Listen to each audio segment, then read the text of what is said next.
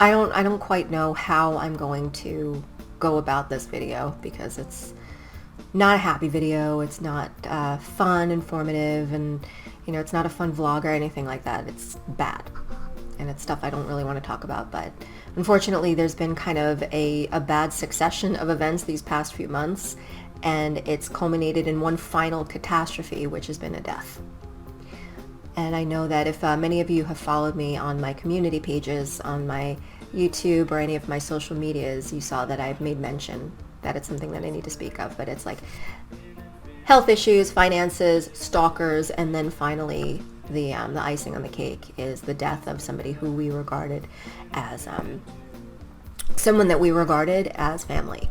And it only just happened. It happened in September. And I don't know if you noticed, but I have not done a single video in my apartment since then. And there's good reason. So this is a person, his name is Mike, who, if you've seen a bunch of my videos, 9 times out of 10, you either seen him or heard him. And if you've been to any of my live streams, you've seen him. He went by the name CyberGod, and he, again, he was family. Him and my husband were, they were like this. But he met me first, and my husband stole him. So kind of the way that things went. But he was part of the New York goth scene for many years, and he was mostly Long Island based. And I frequented a few clubs on Long Island, one of them being Nostradamus, another one being Strychnine. And in those clubs, they had these television screens where they would play these digitally manipulated videos. These, like, it was cutting edge for the 90s, right? Where somebody was able to kind of do these sorts of things because with limited technology. But they were these cool, creepy, sort of like cybernetic looking videos. But he was the one who had actually made all of those, and they were on tape too. Those VHS cassette tapes that they played in Nostradamus and in Strychnine. But we never formally met. But we frequented the same circles, and we knew a lot of the same people. We went to the same places, part of the same thing. And the way that he had found my channel was actually in a really bad situation. He was going through a really bad time. So how we met. The way that we had actually formally met was he was in a very bad position in life. And you know how, I've talked about it on my channel, you know how you kind of go through things in life, like you're part of the subculture, you're goth, and then you just fall out of it just because of just life and crap and bullshit, and things happen, and you just kind of fall out of it. And I guess for lack of a better way to put it, you just sort of forget that part of yourself because you kind of go on autopilot and you just need to survive, or you just need to focus on other things, and you kind of push yourself and your own needs and interests by the wayside and just forget that part of yourself. And a lot of people who find themselves back, they kind of come back with a vengeance and find themselves like 10 times more goth than they were. Turbo goth. But that is kind of what happened to Mike.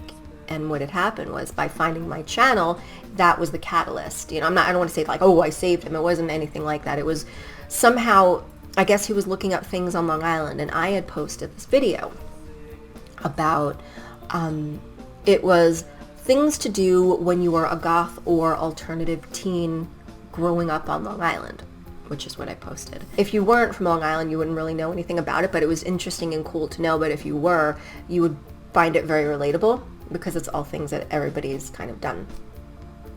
So it was Sweet Hollow Road, which was a big one for him. There was Sweet Hollow Road, there was a cemetery, there was Mary's Grave, there was Lake Ronkonkoma, there was Kings Park Psychiatric Center, which we always used to break into, and there were all of those things.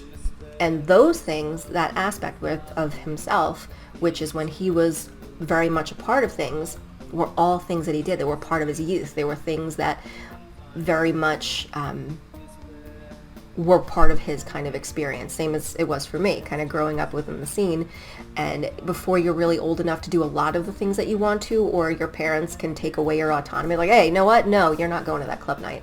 You can't go do that thing. So you would hang out locally with your friends, and you go down Sweet Hollow Road and look for, one of the multitude of ghosts that are listed, the old lady that pushes your car, or you would go to Mary's Grave to see if you could see her silhouette in the window, which we always did. I don't know why. But it's kind of, it's one of those things. So it's something that if you kind of live that life, like, you would find it very relatable, and he did. And it was one of those things that reminded him of who he was, because I was kind of naming all those things that we always did, and so did he.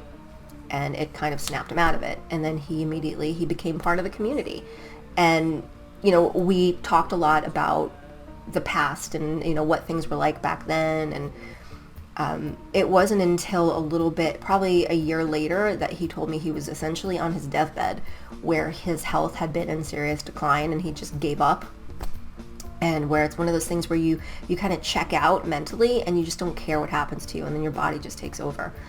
And he didn't really go into full detail about what had fully happened, but finding my video, he said, was kind of instrumental, because it's like, holy crap, those are all the things that I did. And it just kind of took someone to be like, hey, remember all of these things? And it just kind of forces you to remember where you came from and who you are, and it kind of puts you back at the beginning again. And sometimes just hitting rewind at a crucial point and going back to the best save point is crucial in healing, in finding yourself, and just overall grounding yourself. Sometimes we need grounding in our past, kind of go back to the last save point when things get brutal. One of the last videos that I posted that involved him was when we were going to Murder of Crows, which he came to. And see, there were things that he was saying that I should have picked up on, and I didn't pick up on. And they were he would say certain things to me, and then he would say similar things to my husband, but word them differently to where they could be perceived differently. Because, we would have our discussions, then he would have his discussions with my husband. But my husband, being a clinician, he knows what he can and can't say to him, because he didn't want to kind of ring any alarm bells. And my husband is the kind of person that would bind, gag, and force him into an emergency room if he felt something was wrong, and if he felt that he was genuinely at risk for anything. So I know if you followed a lot of what I was talking about on my community pages, what I was saying was there's a lot of things that we need to do to protect ourselves. And one of those things, and I know it's easier said than done, don't ignore health woes. Don't ignore things. If you feel something is, if you're feeling things that feel dangerous, don't risk it. And I know, like I said, it's easier said than done, because we don't always live in a position where we have health coverage. I lived most of my life with that. And as a result, I basically lost both of my fallopian tubes as a result. But it's a result of basically spending the majority, 75% of my life without health coverage. And the damage that can result from that can be from mild to catastrophic. And that's essentially what happened to my friend. So the whole time through our friendship, every now and again, he would go through things where he said he had chest pains. And he said he had chest pains, and he would chalk it up to anxiety. But chest pains are nothing to trifle with. You don't want to mess with those things. But if one thing that he would not do is he wouldn't go to a doctor. It was like Mr. T on the A-Team. He's like, I ain't getting on no plane. That was him going to the doctor. And it took us 3 years to get him to go to an endocrinologist, which I'm not 100% sure he didn't just say he went and lied, because he hated doctors. But I remember he was telling me I'm having chest pains more than usual, and this was right before we were going to Murder of Crows. And I said, what does it feel like? What do you what's going on? He often chalked it up to anxiety. He had PTSD, and he also had autism spectrum disorder. So he had a lot of additional issues, just sensitivities, overstimulation. He would fixate on things, which would again kind of result in the anxiety. So it was kind of this loop. So it's really difficult, especially me being somebody that struggles with anxiety. A lot of alarming physical symptoms that we shouldn't ignore mirror anxiety. So a lot of things that you would experience during a panic attack, for example, shortness of breath, shaking, disorientation, chest pains, that sort of thing, is alarming medically, and something that shouldn't be ignored. However, when you experience it regularly with anxiety, it's something that you kind of don't know what's what. But it's still something I don't ignore. But he made sure not to say the chest pain portion of things to my husband. He said it to me. And I obviously didn't communicate it with him because I thought he communicated it with my husband. And oftentimes there were situations where he would kind of let things slip. I would tell my husband, and my husband would like trick him, get him over here, and he'd be out with the stethoscope and he'd be like checking his lung sounds, checking his heart, everything, making sure that he was okay, which obviously made him feel a lot better, because being somebody who was utterly terrified and just hated, like total aversion to the doctor, that it made him feel better that it was in our apartment, which was like a second home to him, and my husband, who he was very close with, so he felt more comfortable. But it didn't stop my husband from incessantly trying to force him to go to the doctor. And the thing with CyberGod, he had health insurance. So whereas a lot of us, we don't have that, he did. He had the health insurance. He could go and go get seen, go get taken care of. But the only thing he would really do is just kind of let bits and pieces out. He was very careful about what he would say to like both me and my husband, because he knew exactly how we were. Because if you just kind of let slip ever so slightly that something is amiss, he knows that we will haunt you until you go to a doctor. And he would just sort of like say, hey, my chest hurts. What's going on? He's like, yeah, I just had to watch the Crow remake and it's like making me crazy. And that's literally one of the last things that he had said to me. It was about the Crow remake. He said he had chest pains, he wasn't feeling well, and then he blamed it on the Crow remake. See? Yeah. One of the last things that he said to me. It was literally 3 days before. I have chest pains. It could be, for me, 3 days of acid reflux. It could be stress-induced. Or it could be the fact that I forced myself to watch the 2024 reboot of The Crow. I started sending voice messages, wanting to know, like, tell me about the chest pain, what's going on, and then it just sent me meme after meme of just Brandon Lee. And then me, voice messages, not letting it go. And that's usually what he would do. He would say, it's like, drop something like that and see you react to it, and then be like, oh, okay, no, and then just kind of like bombard you with memes and jokes and kind of like, you know, turn it into something funny, hoping that you would forget. But it's something now that I'm angry at myself for not just bopping him really hard on the head and just forcing him to go to the doctor. But I'm just kind of like skirting telling the story about what happened. So one of the last videos I filmed, we took him to Murder of Crows, and he was saying that his anxiety, his social anxiety, was worse than normal. His chest pains were worse than normal, and he kept referring to it as social anxiety. My social anxiety, it's worse than normal. My chest pains are worse than normal. And I said, you know, you really need to go to the doctor and get that looked at. He's like, no, I know it's my anxiety. I know it is. I'm like, okay, well, if that's the case, if your heart is racing while this is happening, get your chest looked at. And if it really is just your anxiety, your doctor will prescribe you something like propranolol. Propranolol will naturally take down your heart rate. They give it to people for tachycardia, and tachycardia is something that I'm all too familiar with, not only from anxiety, but having Hashimoto's. When that pendulum swings the other way and you go to hyperthyroid, your heart races. So that's why I have the propranolol, to help kind of bring that down naturally. And I tried to explain this to him. It's nothing. It's simple. It brings your heart rate down. There's nothing to be afraid of. You just tell the doctor. They do a couple things. You try to downplay these things just to kind of like make it seem a little bit more palatable and less scary. But when you have somebody that has like a genuine fear of doctors, it's kind of difficult to church it up to make it sound appealing to them. So the last 2 weekends that we had with him was the first one, Murder of Crows. That was the Murder of Crows event that you saw where I did the vlog in September. And then the very next weekend, he wanted to go to this event on Long Island, which was, it was like a Make Long Island Goth Again event, and it was in Amityville. We all went. So many of us, we almost backed out. I was sick. My husband was under the weather. We had a friend that he had something to do early in the morning, like the following day, but for some reason, something told us all, no, like, just push against it. Let's go. You're sick. You don't feel good.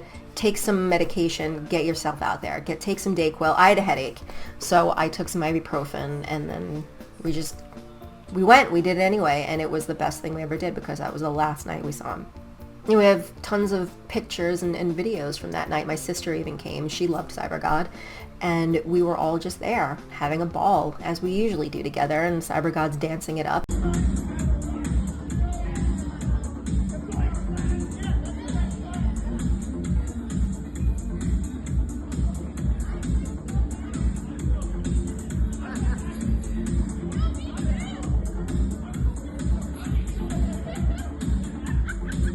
And you would never look at him and think that he was just going to get turned off like a light switch. And that's genuinely what it was. So we left around 4 a.m. and we decided we wanted bacon, egg, and cheeses from the 24-hour bagel place, which we all did. We all went to the 24-hour bagel place, me, my husband, CyberGod, and my sister, and we went inside and we were singing Smelly Cat, and my husband and CyberGod are making paper airplanes and throwing them at each other, and we're just hanging out 6 in the morning at this point. And we go to the parking lot. We had plans to meet up the following day. We parted ways. The last thing we heard from him in the group chat was like 4 something p.m. And around 7 p.m. I get a like a DM on my Facebook fan page from his roommate, which I met him a couple of times at the Long Island Retro Games Convention, and he has no fucking reason to be messaging me other than CyberGod emergency. And I saw it pop up on my screen, and I called for my husband, like, Stuart, something's up. I can't open this. Something's going on. So I open it up and I read it, and he said, hey, this is, he said his name. He's like, it's the CyberGod's roommate. I have some unfortunate news. We fucking know where this is going. We know where it's going. I don't want him to say it. And I'm like, no, this is not how you call me. Call me right now. He said, I can't call you right now. The police are here. You don't want to hear it over a fucking messenger. This is somebody who's like a family member to you. This is somebody who we just saw a few hours before. We were literally just singing Smelly Cat over bacon, egg, and cheeses at 6 in the morning after a club night out a few hours before. There's no way. And he said that he has passed away. And I know what a lot of you are going to think. Like, normally it's like, oh, when somebody young goes, it has to be drugs, or it has to be somebody doing something to themselves. It's none of those things. Was not drugs, was not alcohol, was not an accident, none of those things. He literally just dropped.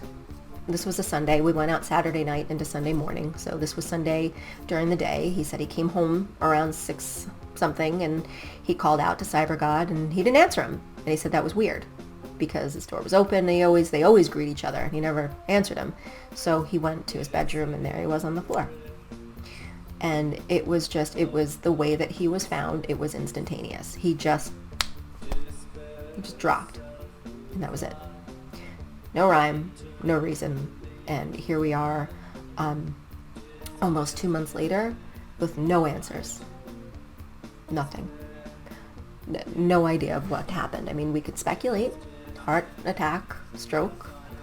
But whatever happened, it happened fast. How does somebody just get fucking turned off like a light switch like that? It doesn't make any sense when just a few hours before, you're like the most fucking alive you ever were. On the dance floor, goofing off, having fun, being conversational, sprightly, eating bacon, egg, and cheeses and throwing paper airplanes, singing dumb songs, and like a couple of hours later, that's it. Like, erased.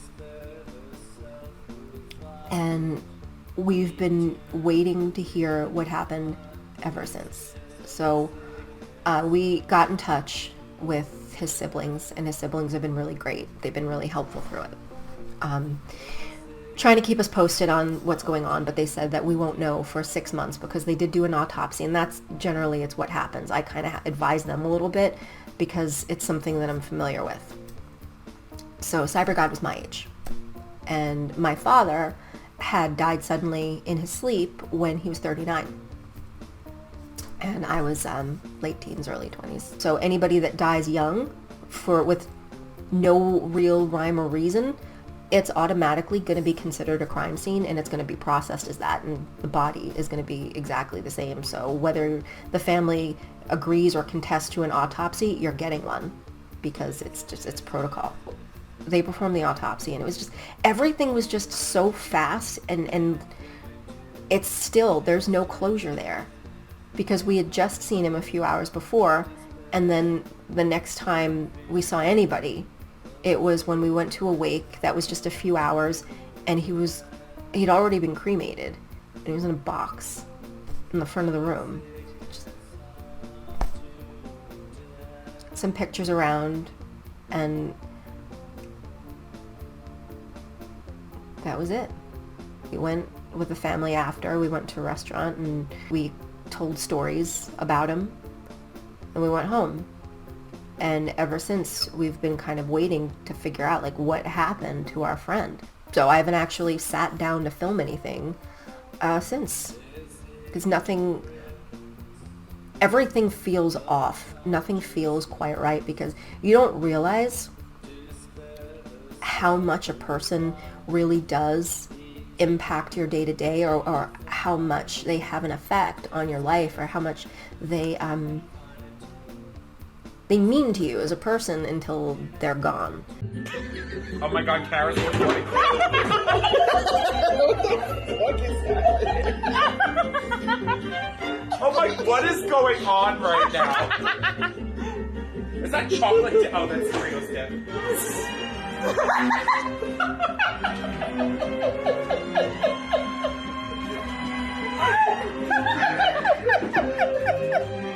You're such a ham. Oh my god.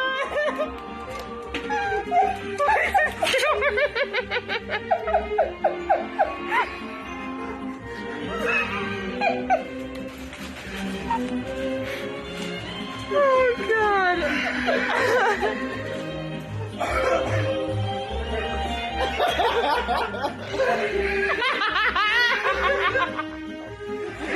The most violent burp. Oh my goodness. Oh no.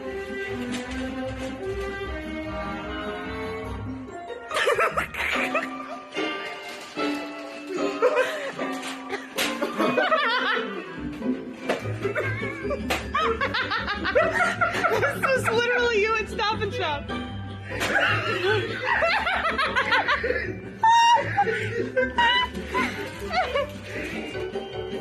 This is unreal.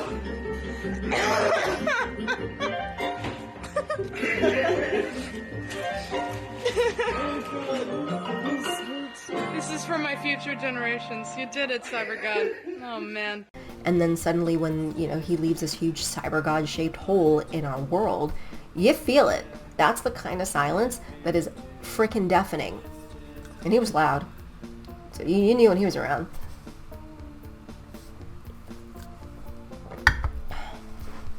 I've not been fully able to process a lot of what happened because my husband took it very, very hard. And I'm a person, obviously with CPTSD, I'm a person who's hardwired to kind of function in trauma.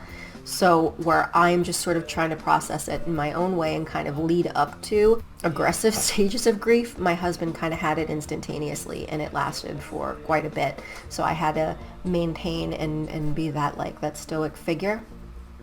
And I don't know if that's like what caused me to process it in such a weird way, like having my sister download EVP apps, literally downloading ghost EVP apps and going and standing in the place where he used to park his car every time he came here, which was always here because he always lived here, and just look for him. And that's just, it's so not like me, where just sitting there yelling into an app, trying to get him to say something like, what happened to you? Like, are you okay?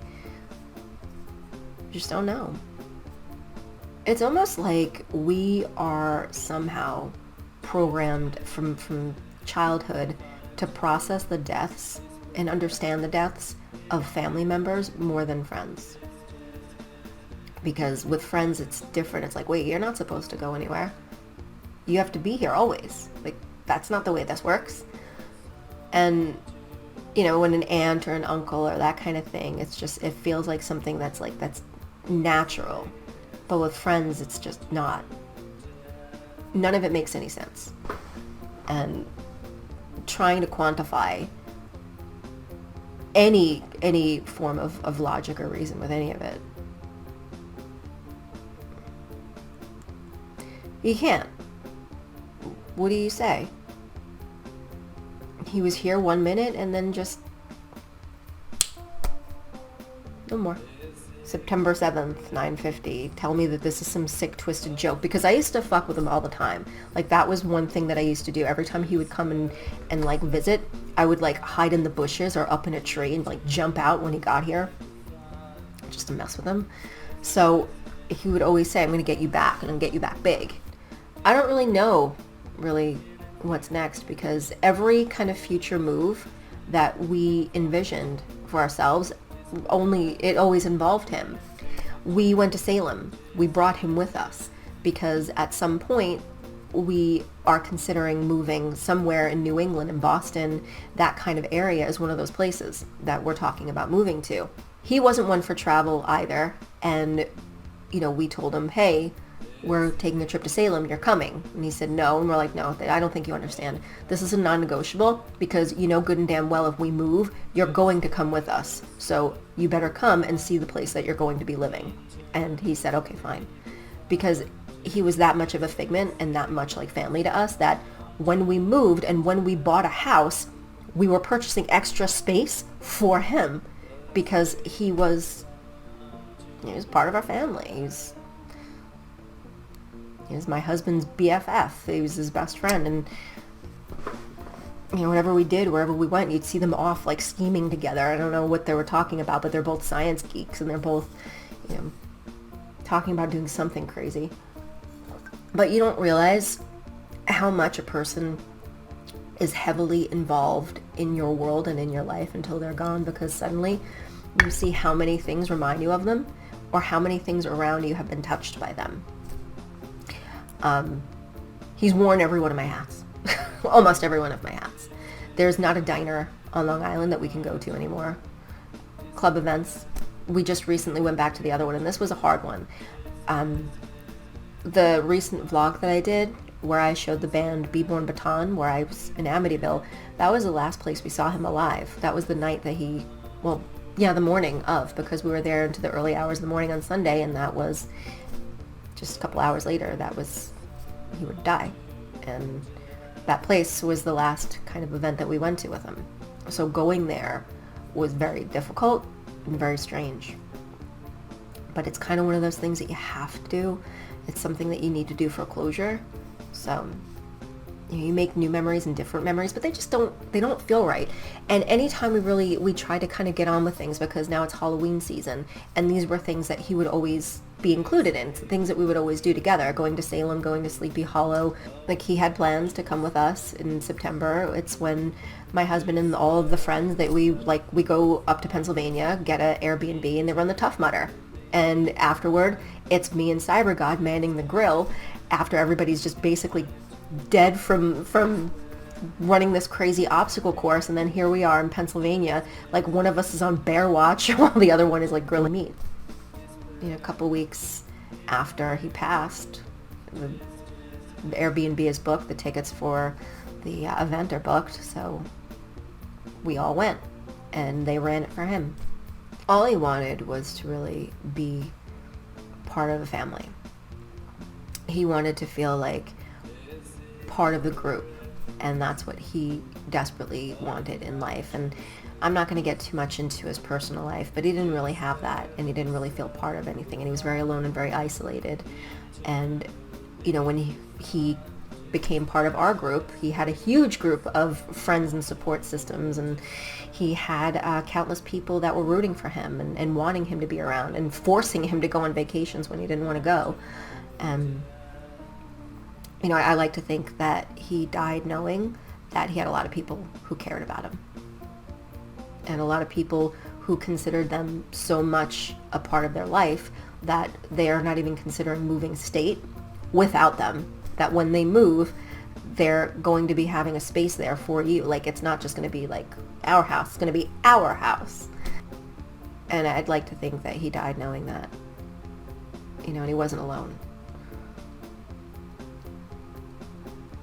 But then there's that part of me that I don't say out loud, and I've not said out loud, that he did die alone.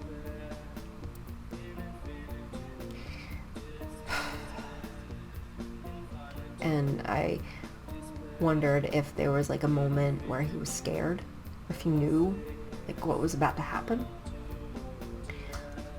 I mean, his roommate assured me that the way that he found him, that it was instantaneous, that it was quick. But I don't want to ever consider that he felt a single ounce, even a molecule of like fear or pain. But given the reaction of all of us friends, and then the way that, you know, it broke us all, as much as it fucking hurts, as much as it destroyed us, he deserved that much. He deserves our pain. He deserves to be grieved.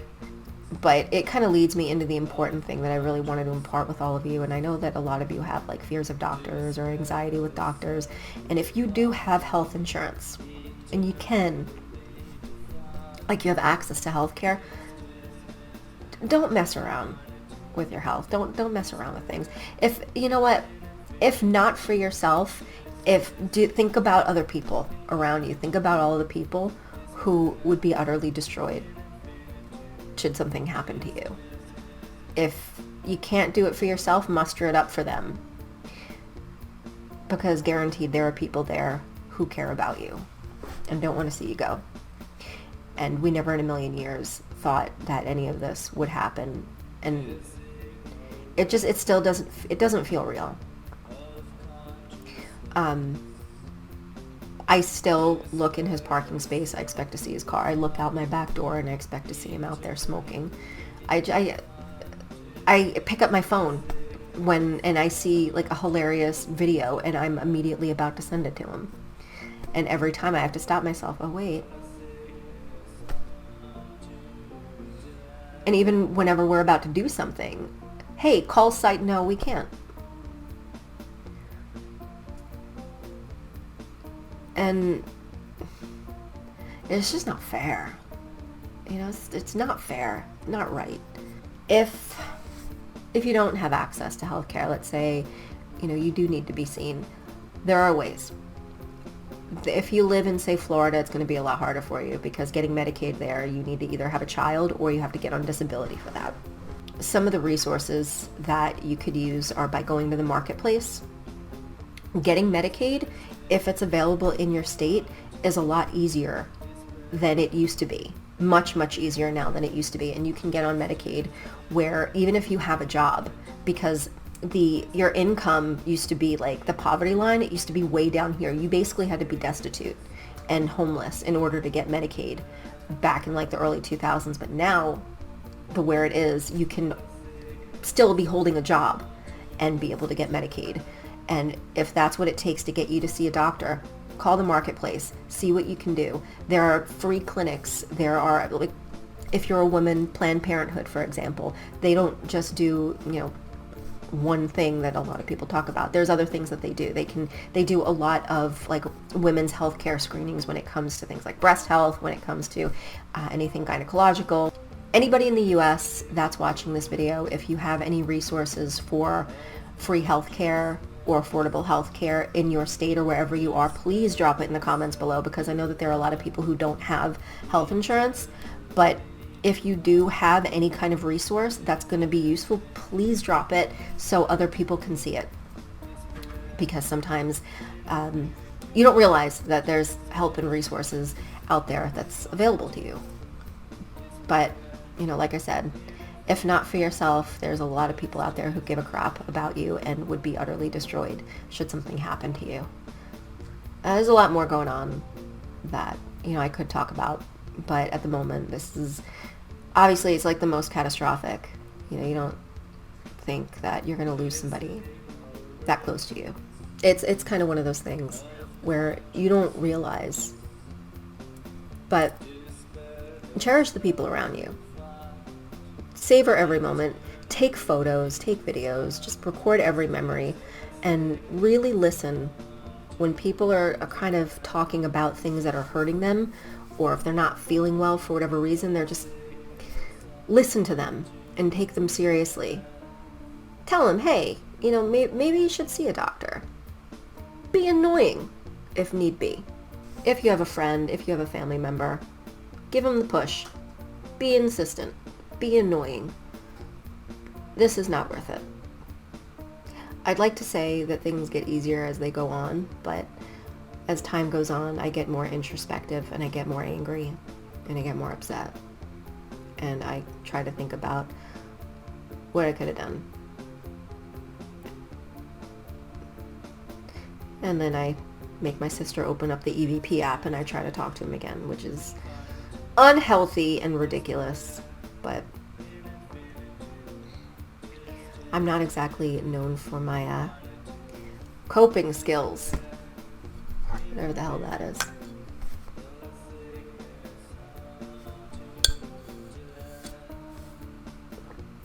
I care about every single one of you, and if you're feeling anything, if you feel sick, if you feel off, if you're capable, please get checked out. Please go to the doctor. Get your checkups. Make sure if you're on medication, take your medication every day, because no one wants you to go anywhere unless it's some more fun and on this plane. Stay here. But, you know, it's kind of a explanation as to what's been going on. So until next time, guys, thanks for watching.